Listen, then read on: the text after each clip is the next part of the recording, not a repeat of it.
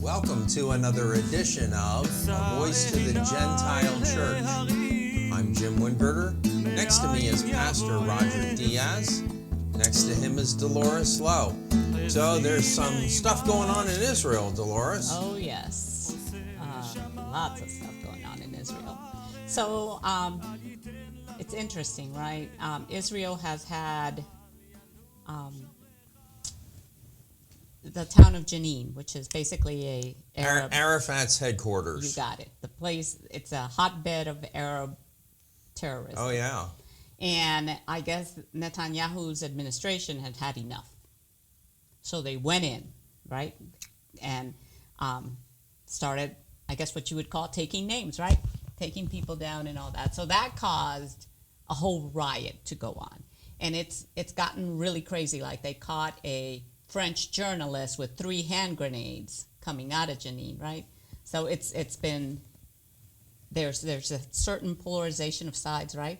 In the meantime, down in Tel Aviv, you still have the protest against the government by the leftists. By the left Israelis. Yeah, so I mean, it's on fire. Whichever way you look at it, it's just on fire. And I don't know. I mean, I can't blame Netanyahu. You know, we've been there. We've been there when the tires are burning and the black smoke is going. And, you know, you were recently there and there was a stabbing or a shooting by the cafe? And yes. So. Yeah, substantial. Yeah. So we were about 100 yards away. It was a shooting. There was someone sitting there on the park bench, was an off-duty police officer, jumped up and finished the job. Right. So you have all that, and then also in Tel Aviv today we had a guy with a knife that ran through one of the outdoor cafes and was stabbing people, and there was somebody with a gun who pulled out the gun and shot him, right? So it stopped the crime. So, I mean, Netanyahu said that Jenin will no longer be a safe haven because it has been a safe haven for terrorism. The terrorists, right? Right. So he has decided that it will no longer be a safe haven, and he sent the troops in. So, listen, we know that a lot of the inspiration for the leftist drive in Israel right now is coming from outside of Israel. Right. A lot of it comes from this country, and not just, you know, we can't just localize what's happening the leftist movement to one country. It's a global thing. A lot of it is European, of course. Mm-hmm. So the European influence and the leftist American influence, and from other parts of the world, is what's motivating this whole upheaval that we're seeing in Israel right now. And of course, we know it's about the Netanyahu's administration that's conservative, you know, center, right of center, and some far right even. So it's really about unrighteousness rising up against what we will call righteousness. The Israeli government is pointing things in a right, not right politically, but in a right direction, and the leftists are just unable to just allow it to happen. So it's the same movement that's attacking our children at school, right, with their politics, yep, and all sorts of you know what's happening in the school system. It's I don't even like to think about it or talk about it, but it's a very embedded movement that's taken hold around the world, this country and in Israel. But Israel always seems to be more of a prize, more of a emphasis, and we know why. Why would that be the case? Why would Israel be more of a prize for the leftists? Because Israel's the only democracy in the Middle East. Well, one, yeah. Right. Biblical. Right, there's a spiritual component to it. But, you know, a while back, I think it must have been like last month, Kamala Harris was speaking about this, right? And she knew nothing. Nothing. She was just opening her mouth and spouting stuff that she knew nothing about. She was providing words? Yes. Her word salad, right?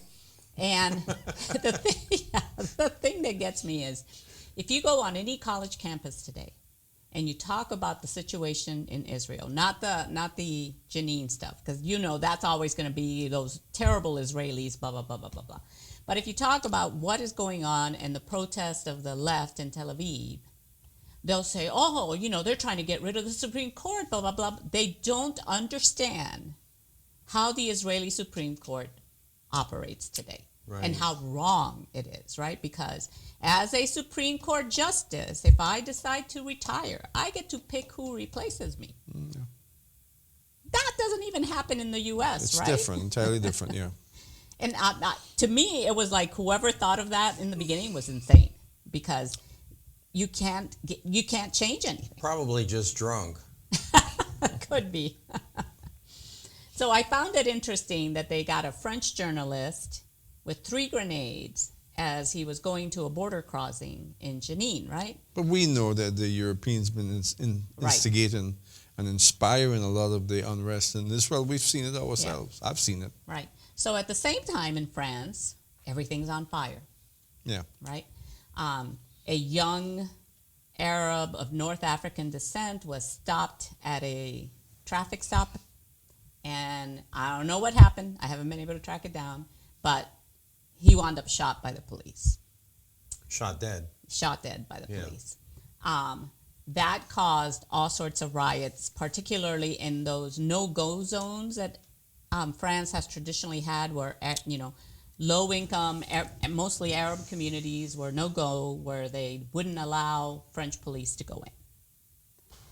At the same time... That's never wisdom. Right. It's basically close them off in their own... There's a certain element of racism to that, right? Oh, they're poor, they are horrible, let's just close them off in their own little section and let them eat each other. That's really what that is, right? That's not a... I guess. Yeah, that's really what it is. At its heart is a very racist thing. But anyway, because what that does is, gangs then rise, and the gangs are then in control, and the gangs oppress everybody, right? So, but at the same time, there has been a GoFundMe done for the policeman who shot the kid. Did he lose his job or something? Yeah, and he's got to go to court and all that stuff, right? They're going to charge him. The problem that they have is that the fundraiser for the policeman has raised about $1.6 million, which is far better than what the fundraiser for the kid's family has raised. So now the answer has been, we're going to shut down the fundraiser for the policeman. So they, you know how they shut the GoFundMe, keep the money, don't let the family get the money. Well, the more money going into the fundraiser on behalf of the officer kind of speaks of where the French people are. Right. So you're basically shutting down the free speech of the French people. And there's a lot of resentment going on. Right now, there is a British group that has written a song where basically they're pointing the finger at the destruction of Notre Dame on the Arabs, saying that they wanted it destroyed because it was a Christian landmark. Which it's a conquest of Europe. Yeah. I mean, the burning down of Notre Dame was one of the first steps in the conquest of Europe. It's astonishing that well, of course, the Brits know it, we know it, the French know it, but there's still an effort to cover up what's actually happening in Europe. Yeah, it's there's an Arabic word for it, but it's a conquest of Europe. So now there's a national poll in France, and it's coming out now. The majority of the French people are wanting to dissolve the republic and form a new republic. It's been quite a few months of upheaval in France. If you recall, about 4 or 5 months ago, Macron wanted to change the pension, right? Yes. And make you, instead of getting your pension at 62, then you got your pension at 64. And the French people were not having any part of it, right? They went nuts over it. They went nuts. They wanted to recall him. Then he goes off to China and starts playing footsies with Xi Jinping. Yep. And basically, he turned his back on NATO policy and started supporting the Chinese. And then you have this. So it's like the French people are like almost fed up with the whole thing. And there's a movement that's starting to say, let's just dissolve the republic. Of course, remember what happened the last time the French dissolved the republic and did a new one, right? Right. It was not pretty. Bloodbath. The French are very, very quick to get out in the streets and riot and revolute. They've always been like that. Always, they're horrible. Like I said, they're horrible on the battlefield. The guillotine. I don't think they've ever won a battle. Waterloo. Who won Waterloo? Napoleon didn't win Waterloo. Right. The Russians. No, the British. It was between Britain and so. They're but terrible. Napoleon came to power in the midst of all of this. What makes them think that if they give up a republic for a republic, that it's going to be better? No, they're terrible at conventional warfare. But put them on the streets, and they will change things. They've always since the Roman Empire, they've been that way, and they're just being faithful to who they are. But what's caused it? You have to look at what's the genesis. It's what was decided. You remember the great influx of Arabs? Yep. From all the way. I mean, Right. they basically marched from the Middle East through Turkey all the way to France. And it was the Vatican that was behind this, supporting this 2014, 2015. Let the immigrants come in, and they were purposely positioned to march into Europe. So it was almost as if some much greater power decided that, the conquest of Europe by Muslims had to occur. Right. And this was during the time of before Obama era, the Arab Spring. Right. The Arab Spring, and all those factors played into what we're seeing in France today. So this was premeditated. This was done. This was done to France. Right. And don't think Germany doesn't have issues in that Oh, no, regard. they're right there. Yeah. I think it was Norway that just passed a law banning immigration, right? Because they were seeing the same thing, only they weren't as willing, I guess, to go with the flow as France. When the Moors crossed over into Andalusia, what they call Andalusia, Spain, the Iberian Peninsula, and they were marching. They were succeeding in much of Spain, and Castile was about to fall, and Portugal, half of Portugal was already in the hands of the Moors. Of course, we know the history. The history is that Ferdinand and Isabella and the Vatican conspired together or worked together, and they managed to push the Moors back. But since that defeat, the Moors or the Muslims have been determined to take Andalusia. But And remember that by Islamic law, as soon as Islamic law rules in a land, it's theirs forever. You can never retreat. And so this, from the standpoint of the Muslims, they're just trying to take back what they lost. Right. But how did the Vatican get involved in this? Because the Vatican was involved. Pope Francis was directly involved in the whole effort of Arabs, all the way from Iraq even, through Syria, through Turkey, and into Europe in general. And they literally had help. It wasn't all done by foot. They had caravans of vehicles moving them into Europe proper. So it's I think me, I'm going to see things on a very broad, almost global conspiratorial platform. I think the globalists, in conjunction with the EU and the Pope, the Vatican, decided that the time has come to shake things up in Europe sufficiently so that we can just rock the whole foundation of the EU. Right. And in chaos we can bring our order. And I think that's what actually happened. And Obama was working on that here. Not Obama, the globalist was working on that here. I mean, planes of Arabs were coming in right here in Jacksonville and in Tampa. So that whole movement has slowed down globally, but not really, because now the borders have been swung wide open, and many Arabs are coming in Through Mexico. through Mexico. Yep. Many Arabs are coming in through Mexico. So it's an Arab can pass for a Latino. Yes. So it's just it's an effort to destabilize and undermine Western civilization. Yep. And seems like they're succeeding. Oh yes, and their help is intense, right? So remember Afghanistan and the wonderful withdrawal. As a matter of fact, the report on the Afghanistan withdrawal came out Friday.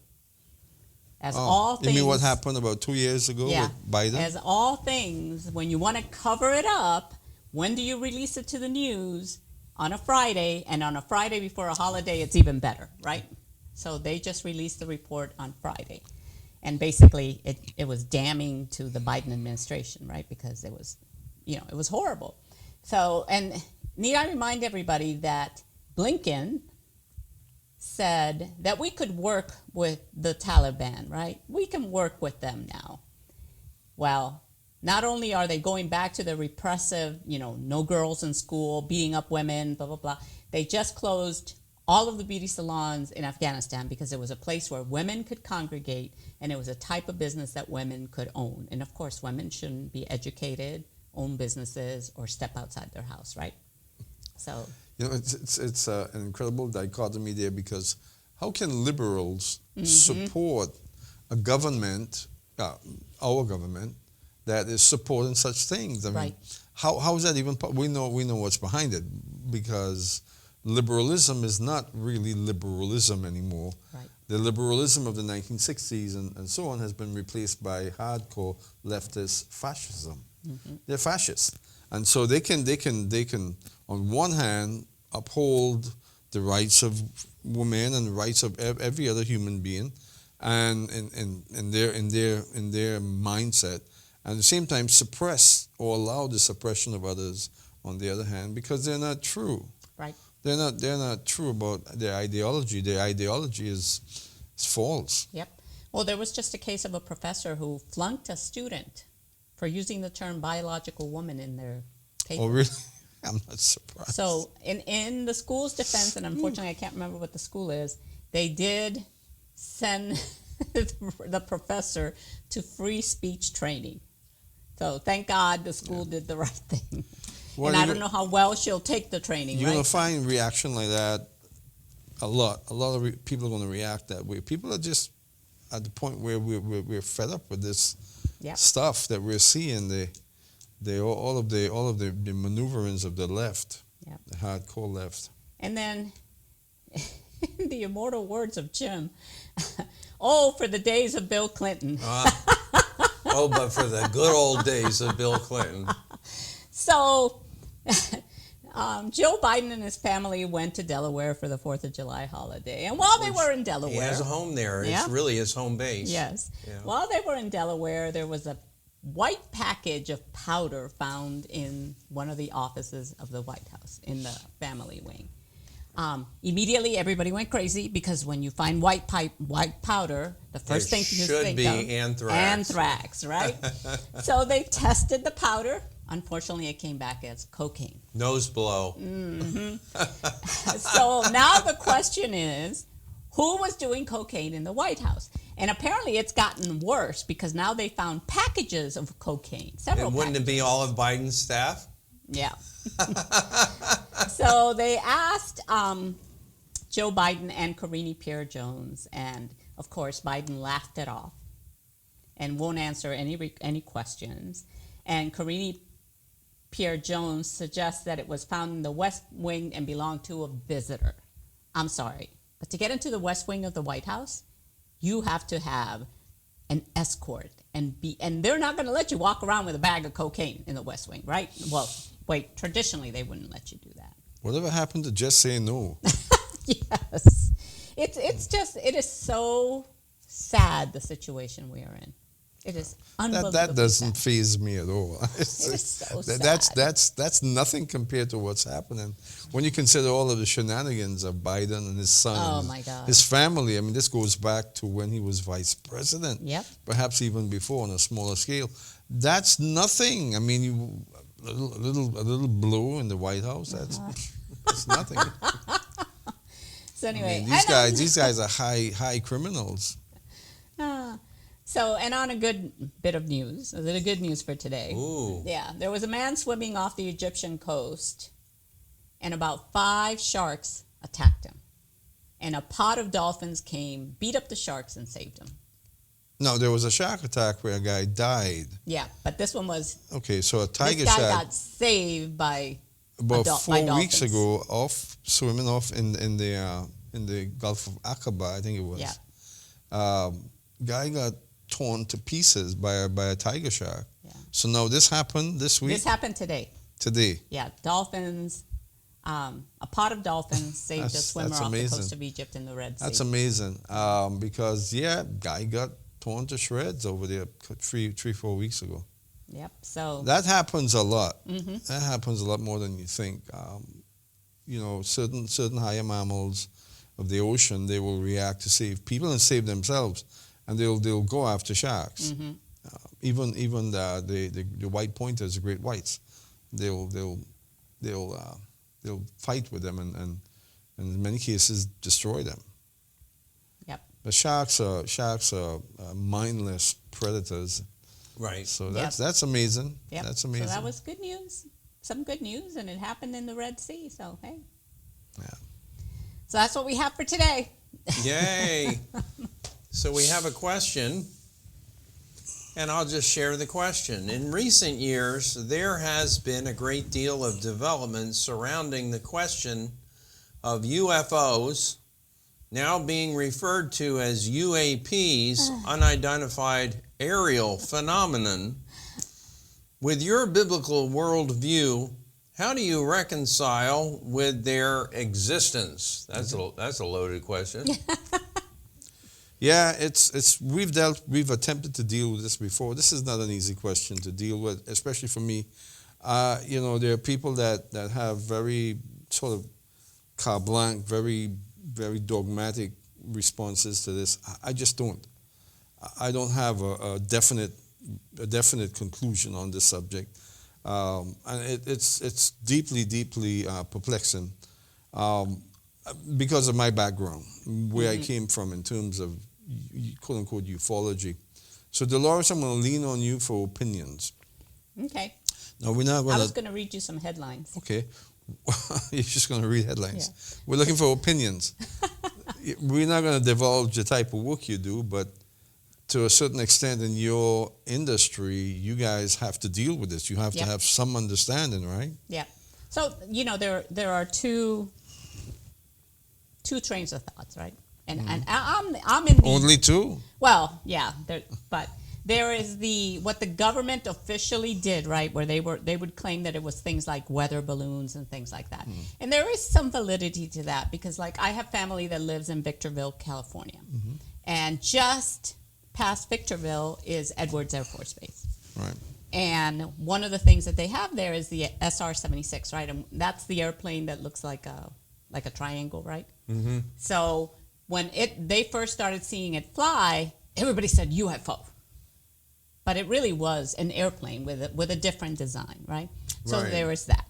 And then there is yes, they are real UFOs. The problem that is happening now is that the people that are coming forward to talk about them are people who would know the difference, right? Because it's pilots that have had high security clearances, it's Navy personnel that would know what's in the area, that kind of stuff, right? So it was interesting because when I said I was going to read you some of the headlines, Senator Mike Gallagher says, well, they may be ancient civilizations. And then Marco Rubio says that most of the people that are coming out with reports have had very high clearances and high positions in the government and are now coming out and saying, yeah, there were UFOs, right? And then Senator... Of course, Marco Rubio, he's been pushing the whole UFO thing ever since he's been a senator, right? Yep. And then Senator Josh Hawley says that there have been a huge number of UFO sightings that have been concealed by the government. And there's a whistleblower that spoke with Josh Hawley, saying that the reports of UFOs by whistleblowers track with the official reports that and briefings that have been held. So my thing is, I have no issues with a UFO, none whatsoever. I'm okay with that. That's because you haven't been abducted. True. Thank God I haven't been abducted.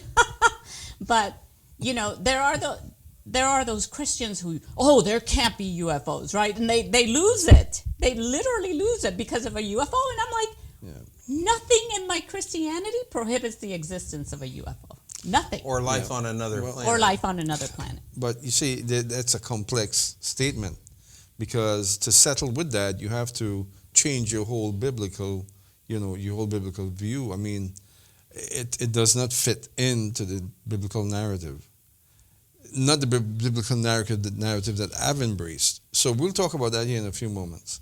So there is a pressure, a real pressure. Yeah. But how do people in your industry deal with this?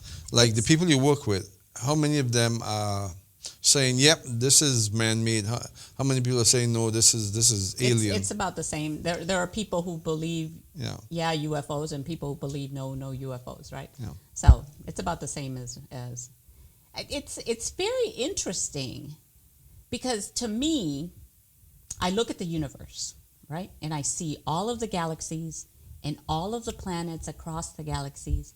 Why? And my question isn't, the Earth. Remember the church, the Catholic Church, right? And remember that the Earth was the center of the universe, and if you went against that, you were a heretic, and they burned you, right? Galileo. Yes, and we are there again. Yeah. Right? There are people who, it can't be that. And I'm like, why would God create this vast universe, which is huge? It's continuing to expand, and just put us in it. Absolutely. Now, for me, this is a very, very high pressure issue, and it's one that I have to, in many cases, turn away from and not even try to delve into it, because to accept that there are intelligent life independently coming to Earth and doing research or any of those things, abductions or whatever, it truly, truly crushes my biblical viewpoint. It does. Because from my point of view, God is absolutely sovereign. Nothing happens on this planet or anywhere in the universe without his direct allowance, involvement, and even control of it. Right. So if that's happening, if these are so-called aliens from another world, then they're coming here on behalf of God.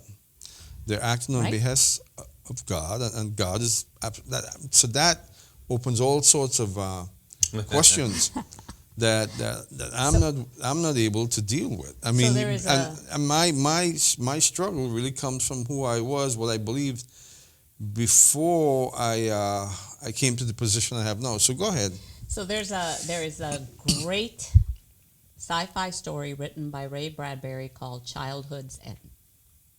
And it's that scenario. These benevolent aliens come to Earth. And their job is to stop the wars, all that stuff, right? But people never get to see them.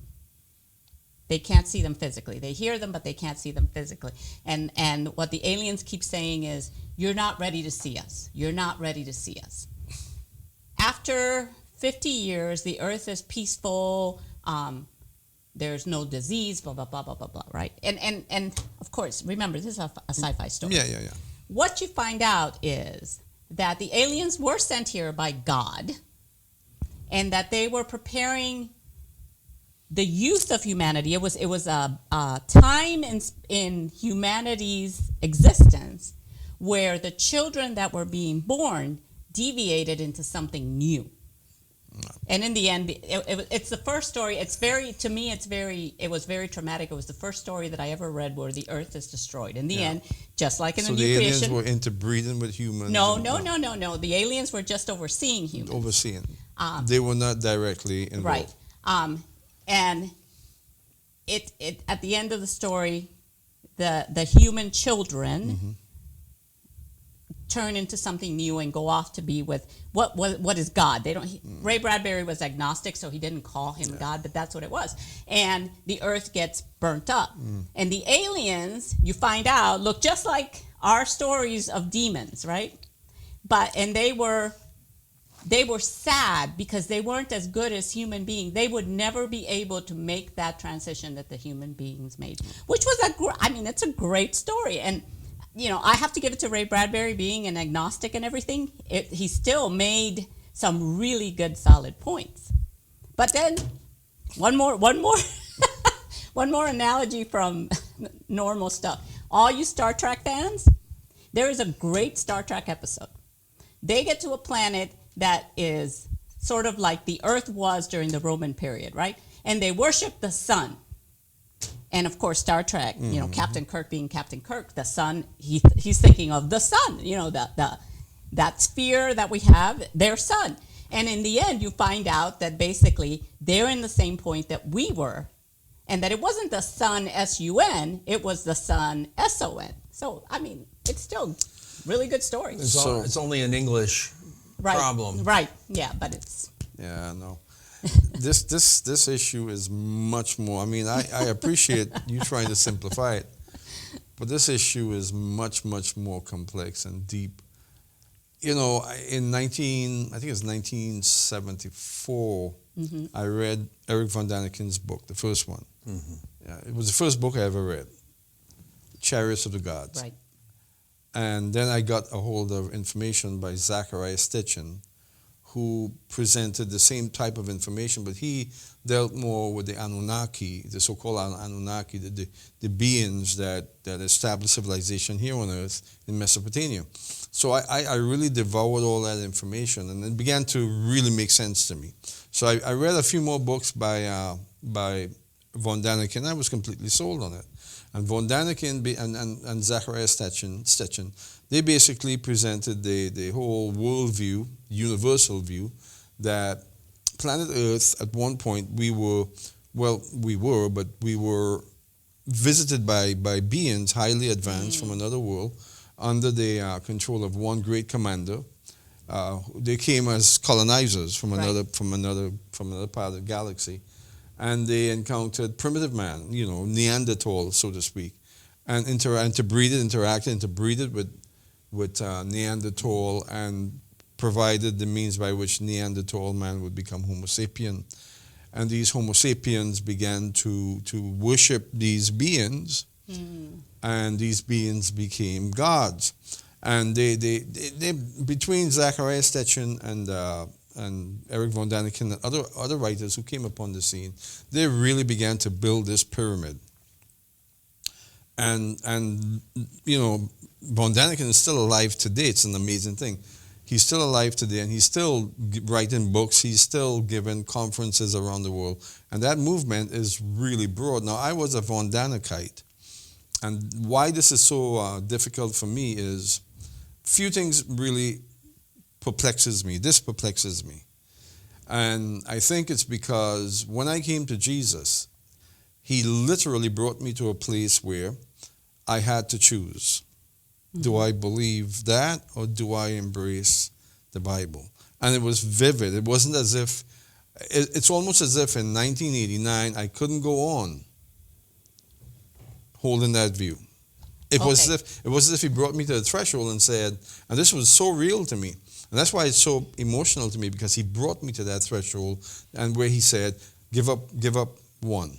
My word, what I want to show you, or continue to embrace Zachariah Stitchin, Eric von Daniken's belief system. And I literally, in my being, I said, no more Van Daniken. I'm giving up. And that was a love for me, because I preached Van Daniken. I had all the talking points. I was versed in his writings. I was versed in Zachariah Stitchin's writings. I could argue it, and I used to argue it. I had to put that gospel aside and embrace a new gospel. So for me, it's powerful. It's not just, I can't just, rationalize this. Superficially, it's deep. Right, but see, I don't believe that first half, that aliens came and populated the earth, for the simple reason that if you take a look at human development, there are certain things in human development that had to happen and could only happen on Earth. For example, RNA cannot occur in any other environment than the environment we have. It's required, right? So I don't believe that an alien came and, I guess, seeded the earth, right? But I have no qualms believing that God created more than one set of being in the universe.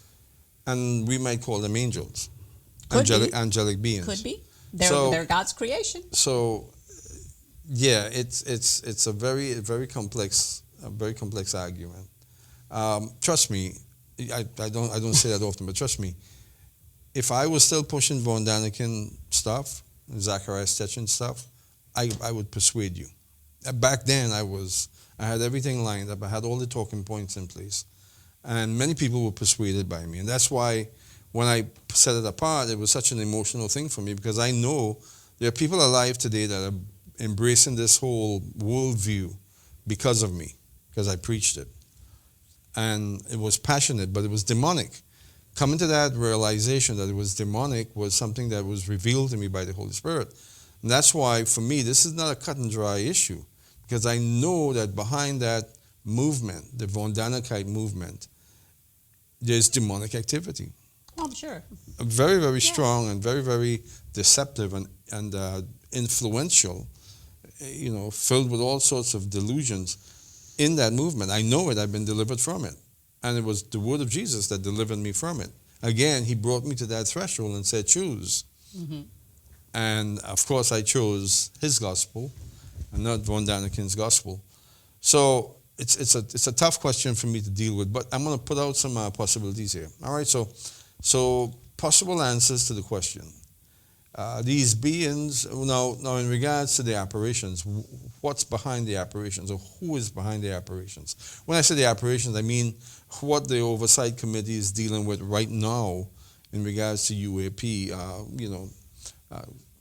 They had this whole oversight thing that began early in June and still going on right now. Yep.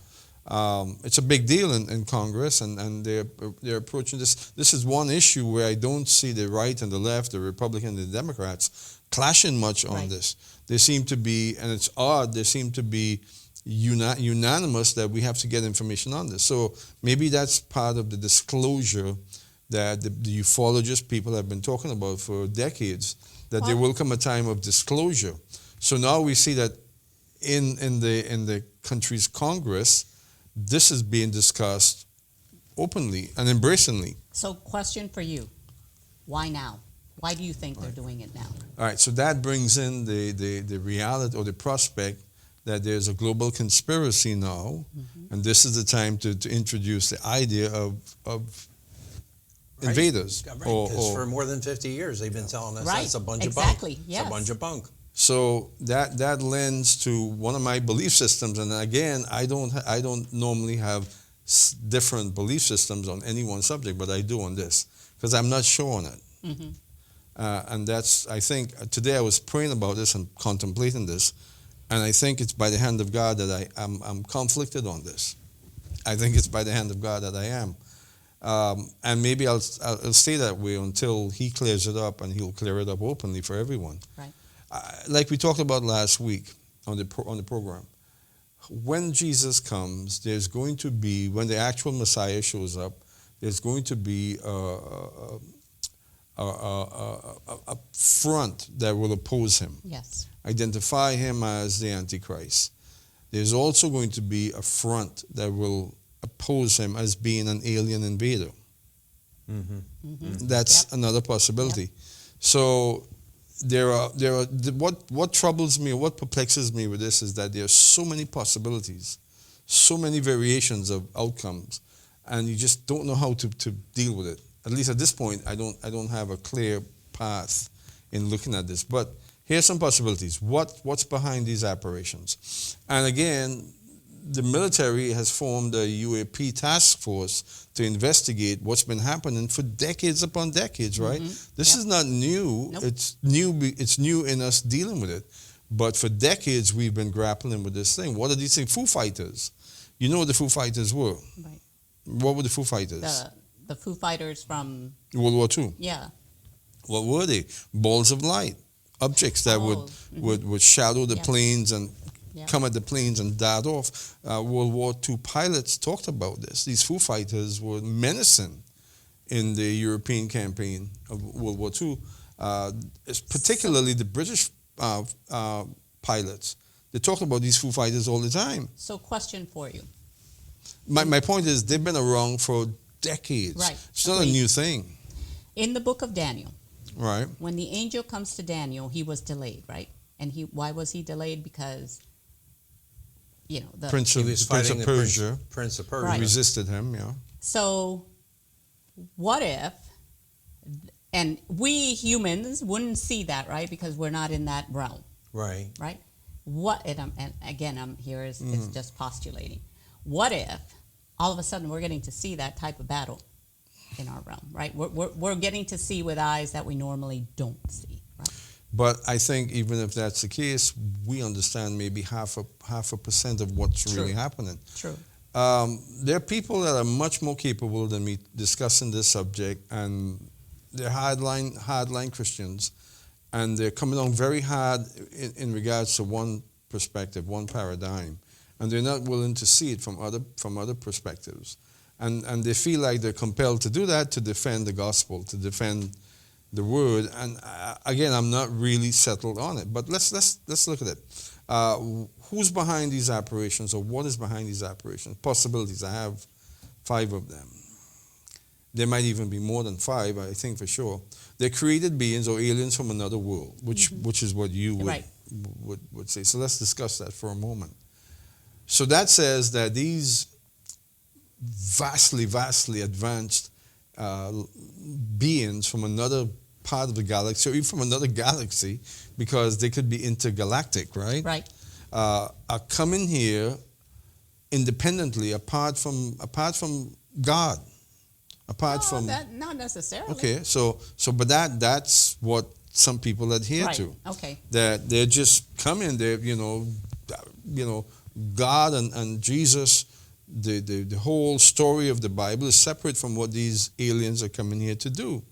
Some people would maintain that they live in a perfect world, an unfallen world, and they come here to sort of observe a fallen creature, right? So we don't know anything. That's the point. Exactly. We don't yes, we don't know about that. this. We don't know that their world is perfect. Everything is speculative. Yes. Well, the idea is that wherever they come from, they've evolved harmoniously with their environment to the extent that they can actually do intergalactic transportation, or come from another part of our galaxy, and that denotes that they've been successful as a civilization. Or their technology became so advanced, and in the process they're destroying their own native habitat, so they're out looking for a new one, right? All right, so that's Independence Day. that's. But I'm talking about a Christian. I'm talking about a Christian viewpoint now. So some Christians would just say, well, they're just vastly advanced beings from another part of the galaxy or the universe that's coming here to observe us, right? Secondly, there are beings who have now, this is a Christian viewpoint, they are beings who have co-evolved with humanity, and they've been here all along. And they live, for instance, one of the aspects of that theory is that they exist in a subterranean world, in the planet's core, and entry points into this subterranean existence, this place, the north and south poles. That from the north and south poles you can enter into this subterranean world, and that's where they are. And from that comes the whole idea of the Nazi opinion about the Vril. The Vril, from the standpoint of the Nazis, was a force that was something that they desired, something that the Nazis desired to understand more of the Vril. The people the Vrillier, the people who had the power of the Vril, were the subterranean people, the so-called the Aryan race of people, advanced race of people that lived in the earth. And Hitler believed this fully. Hitler so believed it that he sent researchers by the thousands into the Himalayas to discover more about this, because it's believed that the Himalayas was the ancient habitat of these Aryans, and it's really complex. But he sent researchers to discover machines that these ancient aliens or ancient beings that evolved on Earth, and they evolved much further beyond us, much earlier than us, and they sort of hide in the Earth's core, or remain undetected in the Earth's core, because they don't want to upset what's happening on the. Right. But Hitler attempted to tap into that and tap into the Vril. Hitler was producing machines that were non-winged flying machines. what we call sources. And he believed that that information was being given to him supernaturally by the Vril, the people. Well, he the was Vril. really into the occult, so. No, this is all history, actual history, right? So there are tremendous evidence, a lot of evidence about the Nazis, desire, their involvement in producing these non-winged crafts that would travel at supersonic speed and so on. So that's one idea, that these beings, they've been here long before us, they've evolved way ahead of us, and we're sort of like sub-evolved, and they stay away from us. They try not to interact with us. They live in a perfect environment in the Earth's core. And this is a real belief system. Christians that believe in this, and people in general. So that's I guess one idea, one that's being tossed around. Now, another idea is that they're created beings that function in tandem with God, such as angels. Mm-hmm.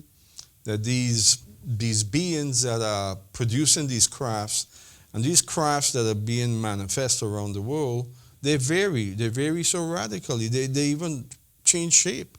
And this is what the task force, the UAP task force, is trying to grapple with right now in DC. What is it about these crafts that can change shape, can actually morph into different types of crafts? And they're grappling with that. So some people believe that these are actually angels, and these angels can manifest themselves in these objects. I don't know. I struggle with that. I struggle with that a lot. We don't see that in the Bible. We see angels as beings, right. Almost human. Mm-hmm. In the Bible, what distinguishes a human from an angel is that usually they would glow, they would appear unique and distinct from other humans in that they would be in white, whereas white was a very unusual color to appear in the ancient world. Mm-hmm. We couldn't go to the store and buy a white outfit. White was something that had to be worked on. So these angels will appear, they would glow, now what was the purpose of the angels that we see in the Bible? They would communicate, right? That's what, and right. Then, Malach, mm-hmm. they brought a message. Right. They were messengers. But in the Bible, we do see, like in the book of Revelation chapter 4, Ezekiel chapters 1 and 10, and at Mount Sinai and other places, we do see living beings that are not human. A seraphim and the cherubim, they're not human, but they're angels. They're considered to be angels. So these beings, what are they? They have multiple faces. They have multiple wings. They have they look very much like the Anunnaki that Zachariah Stitchin talked about. Many wall carvings and many steles have been discovered where these beings are represented. So it kind of throws everything off kilted when you see that there's archaeological evidence, Egyptian and Mesopotamian, even going into the Hindu culture and so on, that shows these beings. And these beings are seraphim and cherubim in the Bible. That really throws everything off completely.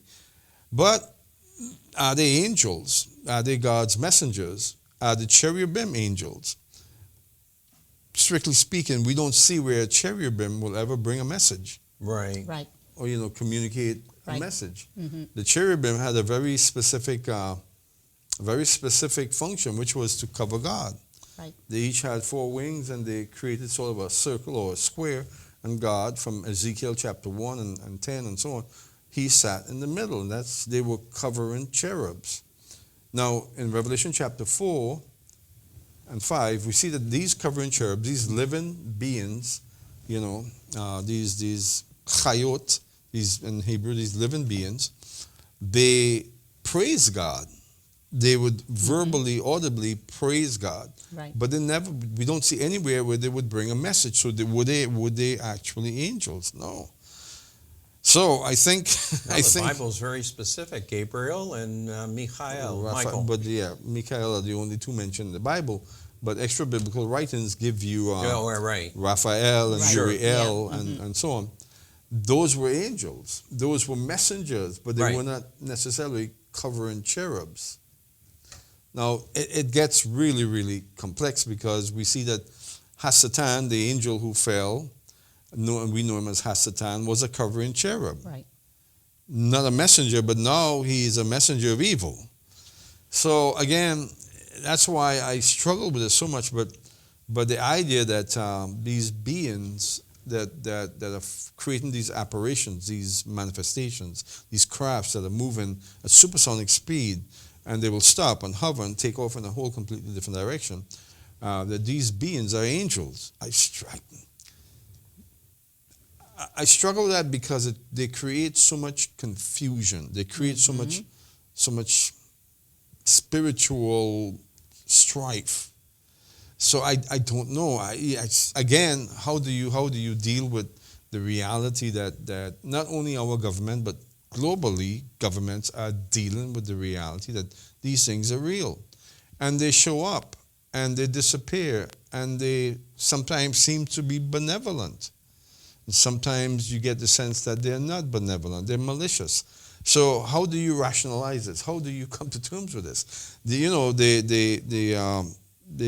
meteor what was it that flew over Russia?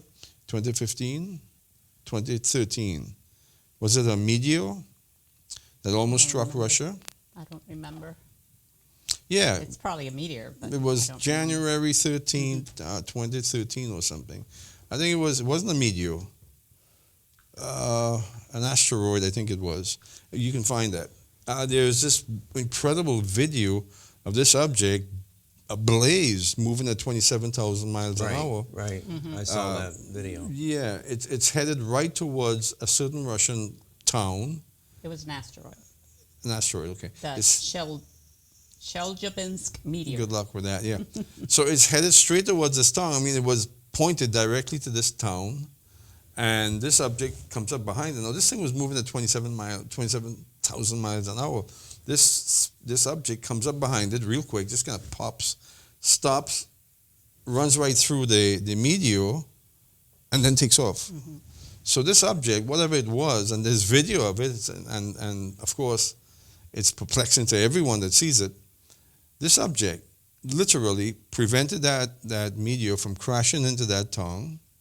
It caused it to explode and took off. It came with a purpose. And what speed was that moving at to catch up with it, and then pelt right through it and then take off at a speed that you couldn't even see it when it left? What was that? Was that a alien from another planet that was doing something benevolently on behalf of that Russian city? Or was it an angel? Was it a demon? Was it both? So these hardline Christian writers and lecturers that speak on this subject, they would say that all of the manifestations are demonic. Every bit of it is of the devil. I would question that from the perspective of, is a demon capable of doing benevolence? Right. That they're so tormented with their own fate that are they able to do that? So these people that are entertaining these discussions, they would say, well, they're doing it in order to deceive humanity. Well, and that's reasonable. A house divided against itself cannot stand. So Jesus made that statement about Satan. So if Satan did what was good, his kingdom is being compromised. Okay, so the light bearer thing that we see in the Masonic Lodge is Lucifer, right? And so he appears to bear light, to be benevolent. Right. It's not light. But you said a key thing there. You said confusion. Right. All this is causing confusion. And I believe all of the above. I have no issues with them being angels and being demons and being possibly aliens. I have no issues with any of that. Mm-hmm. What I do have an issue with is the human beings that approach the Bible with a preconceived notion and then try to fit the Bible into their preconceived notion. For example, Carl Sagan, Mr. Billions and Billions and Billions, right? Billions and billions. Yes, who was total. He looked at Ezekiel and the wheel within a wheel, and he already came in with his preconceived notion of it's an alien, right? So he forced what is in Ezekiel to be an alien in his right. He wasn't original in that at all. It was von Daniken that first introduced that. But they came at it with a Right. preconceived notion. Yeah, of course. Listen, the von Daniken argument is powerful. I mean, it's really, really powerful if you really sit and listen to what they're saying. Ezekiel encountered this commander from another world who was being covered, being protected by beings to ensure that he would not, and the whole apparition of wheels within the wheels and eyes that surrounded Right. this apparition. And so, yeah, the arguments are strong. But again, what is the outcome then? We say that these things can be any of those things. I think from my point of view, we have to come down to a place where we either identify them as benevolent or malevolent. They can be both at the same time. That's another aspect to this. They can be. You can have demons, what we call demons or fallen angels, that are somehow able to produce these apparitions. That opens a whole Pandora's box of More stuff. other questions that I'm not wanting to deal with. My trouble with that is if these demons, who are the offspring of the fallen angels that are trapped away somewhere, are able to create manifestations like this. They're physical, but they're not exact. They're interdimensional. They're anti-gravity. They have some power. Then you're saying that demons are able to produce objects, bring matter into existence. I struggle with that. I will counter you with that, because remember that in the book of Enoch, who teaches human beings metallurgy, botany, and all of those sciences are the demons.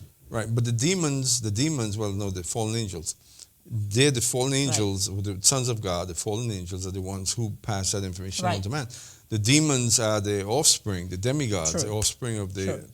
So they are according to the Bible, according to the Bible's view, they are imprisoned.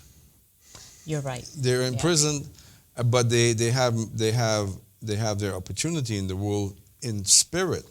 So how are they producing these? Listen, in the Sanscripts, there's an object called a Vramana, made by one of the demigods. In fact, many of the demigods had these Vramanas. And these Vramanas were flying ships that moved faster than the speed of light, according to the Hindu Sanscripts. And they were destructive weapons used by the demigods to make war against each other. Hitler was looking for these Vramanas. That's one of the reasons why Hitler was in the Himalayas. He was searching for these ancient crafts, the Vramanas, because according to the Hindu Sanscripts, these things were real. And the Hindu Sanscripts even provides schematics of these objects. And you know what? They look like bells. Some of them look like saucer-shaped things. Some of them are cubical. The Vramanas were real things, according to the Hindu Sanscripts, that these demigods used to war against each other. So if these demons did that in the pre-flood world, they're now completely destroyed physically. Their only manifestation is spiritual. How can they reproduce these things? Or is it interdimensional, in that these objects that we're seeing are coming from a different point in time? Coming from a different point in time. And the point in time that they would be deriving from is, of course, the pre-flood civilization. So is it possible that what we see are objects that are breaking the time barrier from that 1,000-year period and being manifest in our world for the sake of deceiving humanity? Our government is absolutely involved in this. I hate to tell you. Our government is not only complicit, but actively engaged in this. So that's why I asked you why now, right? Why now, right. Why now? And it's all because of Satan's desire to bring about this end-time scenario. And he's using everything available to him. So is it possible that these things, these ships, these are actually Vramanas that are being plugged into our point in time? Does Satan have that control, do they have that type of power? I don't know. There are all sorts of answers and questions to this. Is God going to lever this whole thing in order to bring about his conclusion. Are some of these things angelic, benevolent from God? These are important questions. But whatever they are, they're interdimensional, which means that space and time is not a factor with their appearance and disappearance. They are anti-gravity. There are factors to these things that are perplexing. I cannot say that they're all demonic. I can't say it. Again, there's an area here that I'm not allowed to go into in my spirit. Even now, I'm being held back. Don't go too far with it. So, but there are things that are happening that if they're true, it's incredibly profound that I'm not going to get into in terms of time, manipulation of time, and God's usage of time. God is outside of space and time. Yep. And it's entirely possible that his hand is directing everything that's happening right now and what we're seeing right now. And he's using it to bring about the conditions under which he himself will bring judgment. Right. It's hard to wrap our heads around it. It's extremely difficult. Partially because we want to apply the laws of physics Right. that we know That we're Right. constricted with. to Exactly. it. And Actually, we're restricted with. constricted to the laws of physics. Right. That's what our greatest physicians are doing right now in CERN. They're trying to understand this realm. How do we break this realm? How do we have control over this realm? Some people believe that what's happening at CERN is the reason that we're seeing all of these. It's the cause of the uptick that we're seeing with these phenomena. And I don't know. It's possible. But these phenomena have been around for a long time. So Columbus saw things on his way over here, and when he hit the Bahamas area, coming over to Caribbean islands, he saw lights appearing out of the ocean. These what they're discussing right now in the Congress is that these UAPs are also able to to move about in the ocean. So Columbus saw objects coming out of the ocean. They stood in front of his ships and they took off. These things have been around for a long time. There are artistic drawings and paintings that goes back hundreds and thousands of years with these objects depicted on them. Are they demonic? Could be. You know, you talked about abductions. I did. These Yes. people that are reporting the whole scenario of being abducted, being tested, being violated, being emotionally scarred for the rest of their lives, having objects planted in them. That's not God. Right. That could not, from my biblical Right. worldview, that cannot be God. Right. God has no need to take someone, conduct experiments with them, interbreed people. These are what these people are reporting. So, are these things really happening? I don't know. Are they demonic? I think certainly they are. Why would God send an angel, a messenger, to conduct anything like this with any human being?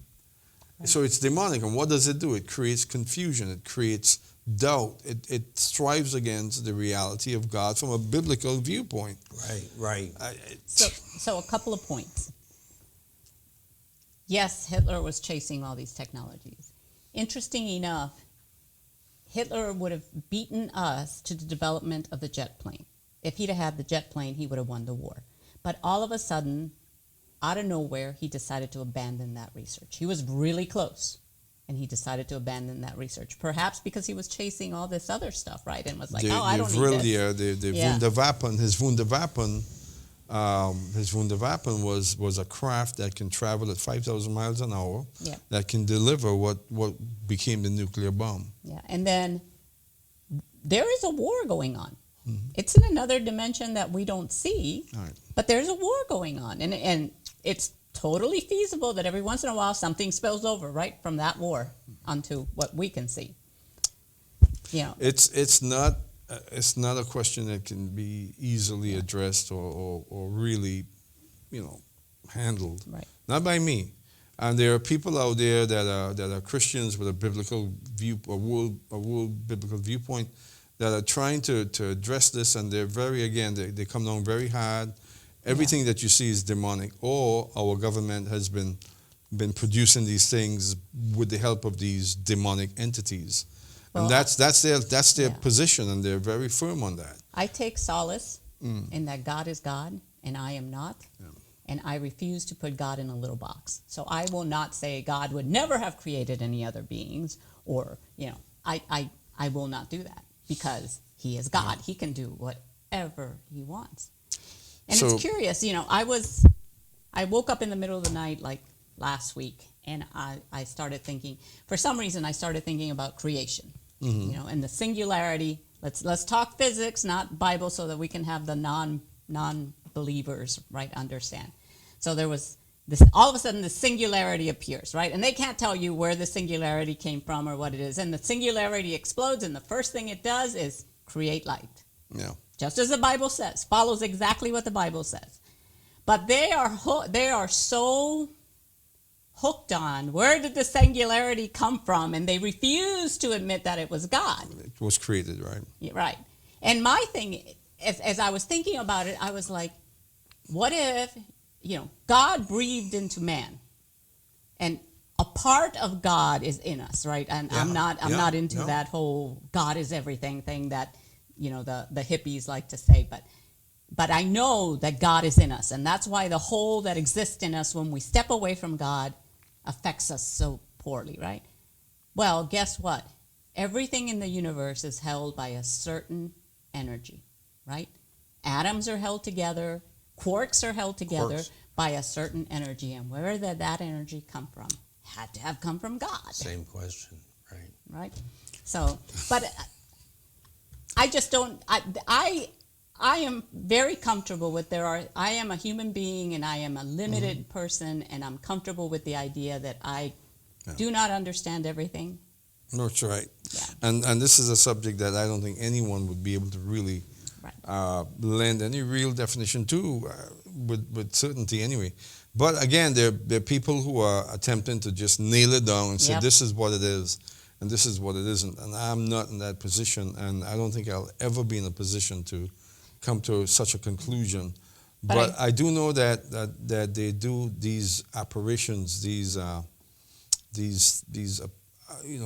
apparitions is the best word I can find. They do spur confusion, Yep. doubt, even oppression in the lives of people. And I know that place. I know it's a very spiritual place. God brought me away from that place and brought me into a much brighter place, a place of light. So for me, it's demonic. And I have to say, it does make me suspicious that all of a sudden the government is interested And in the this, right? I'm like, the government is promoting this. Yeah, I'm like, there's something here. Yeah, there's so much here to look at and consider. And in many cases, you're better off, like you said, you're better off not trying to understand it. God is absolutely sovereign, and I just don't think that aliens are acting independently of God.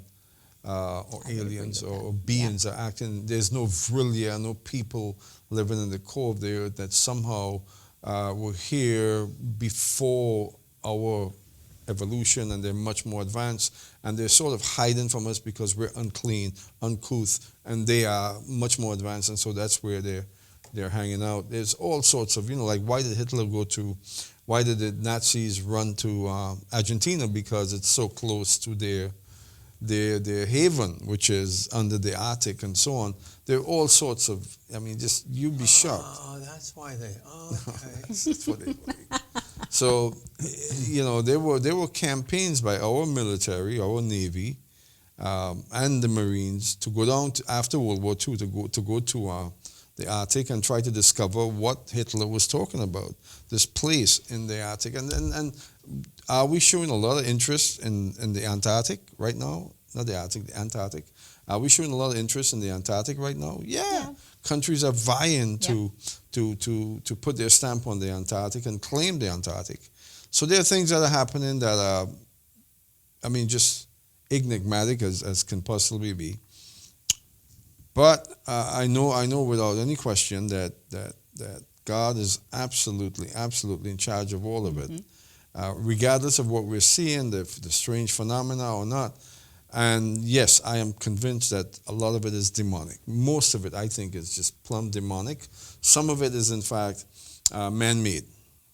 I know that we've been, after World War II, the Allies got a hold of a lot of the information, and the scientists, the Nazi scientists, who was working towards this Wunderwaffen, this anti-gravity craft that they've been working on, and took some of the intelligence, some of the science away from Nazi Germany, and they've been working on this.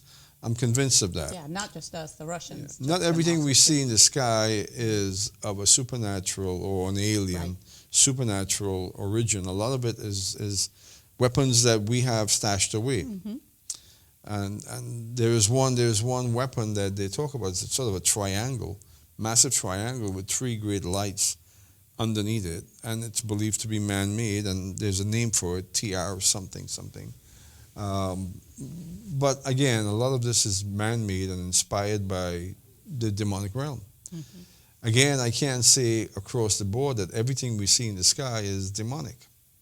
I mean, the 3 wise men, or the wise men from Mesopotamia, they followed a star that led them to where Jesus would be born. That star was moving. That object, whatever that was, wasn't stationary. It moved. It took them to Bethlehem.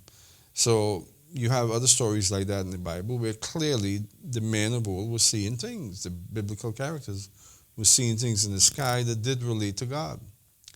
So it's not a question that can be easily answered. But all things work for good. We have to reference something from the Bible. All things work for good for those who love God and are called according to His purpose. Romans chapter 8, verse 28, I think it is. Yes. The point is, we don't know. We know in part, so we can only speak in part. But this is a current thing. And I think in terms of disclosure, we're going to see a lot more from the American government and the governments of the world. I listened to some of their hearings today, just about an hour and a half of their hearings. And they're openly admitting that they're working in conjunction with foreign governors, other governments, China and other players, to collaborate this effort in understanding what these things are. And so this is a global initiative. It's something that governments are doing around the world. So that can be good. Right. Our governments are collaborating concerning spiritual phenomena. What good can come from such a thing, right? Of course, the Vatican has been involved in researching this whole issue. Yep. They have a telescope out in Arizona, I think it is. They call it Lucifer. And How appropriately named. Yeah. They're all aliens, I'm convinced. They have a telescope out there that they named Lucifer. And what are they doing? They're looking for the existence of life outside the Vatican. And so things are very, very strange.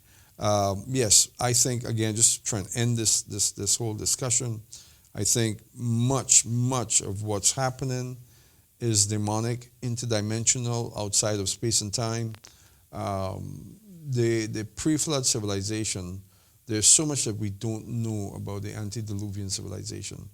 The power that these demons wielded and the influence that these fallen angels had provided, could we be dealing with the residue of that today? Yes, I think so. Outside of space and time, bridging these dimensions, certainly. Another question that I like, another question that I feel comfortable dealing with. Well, that's our program. If you have a close encounter, you might consider keeping your antenna up and watch for red flags, because it's keep that tinfoil hat on. Yeah. And we're hosting a meeting here on the 16th of this month, July, with Rabbi Jeremy Gimpel. That's a Sunday night at 7 p.m. on the 16th. The public is welcome. And if this program raises questions in your mind, you're at liberty to share them with us. You can do so easiest by emailing us at voice@buildupzion.org. Again, that's voice@buildupzion.org. And until next week, shalom. Shalom.